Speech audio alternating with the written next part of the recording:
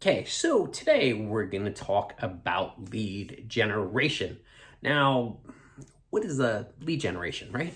Lead generation is actually the ability to capture someone's name and information that's interested in something, right? Maybe a product, maybe a service. Now, what are the best ways to actually generate names? That's really what marketers struggle with. What is the best way to create lead generation? Now, a lead is just that person, right, or that entity that filled out the form or the information or gave their information away that generated the lead, right? Pretty simple. Now, what are some assets? What are some people? A lot of people think they put a form up on their website, learn more, and they're going to get a whole bunch of people filling it out. That's not going to happen, even though that is a lead generation. Or they're like, subscribe to my newsletter. It is so valuable. We see media companies doing this all the time. But not that many people are going to subscribe to the newsletter. You know, there are some entities and some things where a lot of people will subscribe to the newsletter, but most of the time, you know, like for a traditional B2B media company, you're not going to generate that much users based on your newsletters. So what are some of the assets that generate leads? And what is some of the information you should collect during lead generation? Okay, let's start with the information to collect.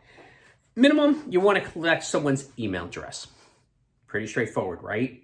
You need to also, besides collecting their email address, you need to collect the correct permissionings, especially with like things like GDPR and other regulations like in California and Canada and things like that. You need to make sure you're collecting the correct marketing permissions, right? Or the ability to use them as a lead, or the correct permissions to contact them in the future. So those are the minimum things you need. But you also want to collect, for instance, their name, first name, last name. And depending on what you're doing, maybe the company they work for, you also definitely want to collect the country they're in, because that will help you, and that should be on the must list, but that will help you, so email address, country, and the permissionings are the must, because the countries will actually help you in the future to make sure if things change, as we see these laws changing all the time, that you have the correct permissioning. So that's the minimum information you want to collect, but some people collect job title, other specifics like things they may be interested in. So you can pretty much collect anything. Here's what I would tell you from the years and years of experience I have in doing lead generation. The more information you ask for, the fewer leads you will get. So the more things you put in front of there, like job title, address, zip code, things like that, you're going to get less people filling that out. Now, you can also make those optional, but once again, it decreases. So usually the basic things, first name, last name, email address, and country, and the permissions are, what I would suggest you usually go for details. Now, what are some things that actually help with lead generation? Like we talked about, a lot of people just do it in a form, learn more, or a newsletter, but those don't really help with lead generation. Really, one of the biggest things that help with lead generation is what we call a gated asset.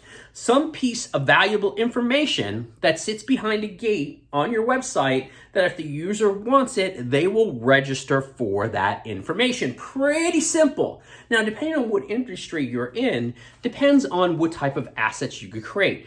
We see what works really well is ebooks, any type of if you're in B2B, like a white paper or something very specific, or if you're selling a service, some really detailed information about the service not the service itself, but the topic of the service. Like for instance, we do content marketing. So we have, papers and things on content marketing that marketers register for, right? So they can learn about content marketing. That is very valuable.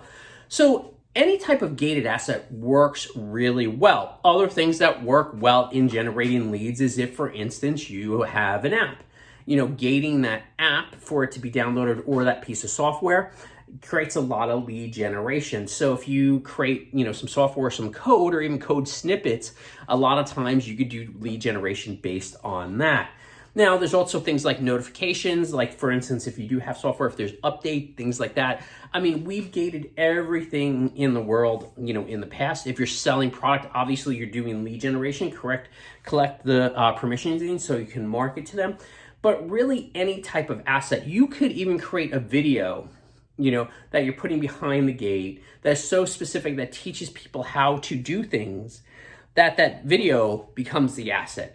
Another great thing is things like live chats and webinars. Those do a lot of great lead generation. Now, here's the thing. You know the people that are coming to your site, maybe it's organic or whatever the case is. How do you generate leads outside of that? And that's really where you're getting your new users from, because you could generate the leads within people that have already signed up for things. Like, say, for instance, you have live chats.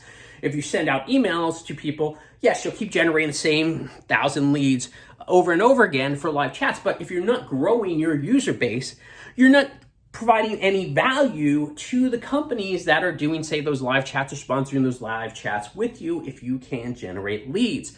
So it becomes very important to do lead generation to gain new users too, right? So that becomes a very, very important thing. And how do you do that? You have to look for channels outside of yourself. Now, besides your organic traffic, you need to look at some of those social channels. And there are very specific ways in each social channel to do lead generation.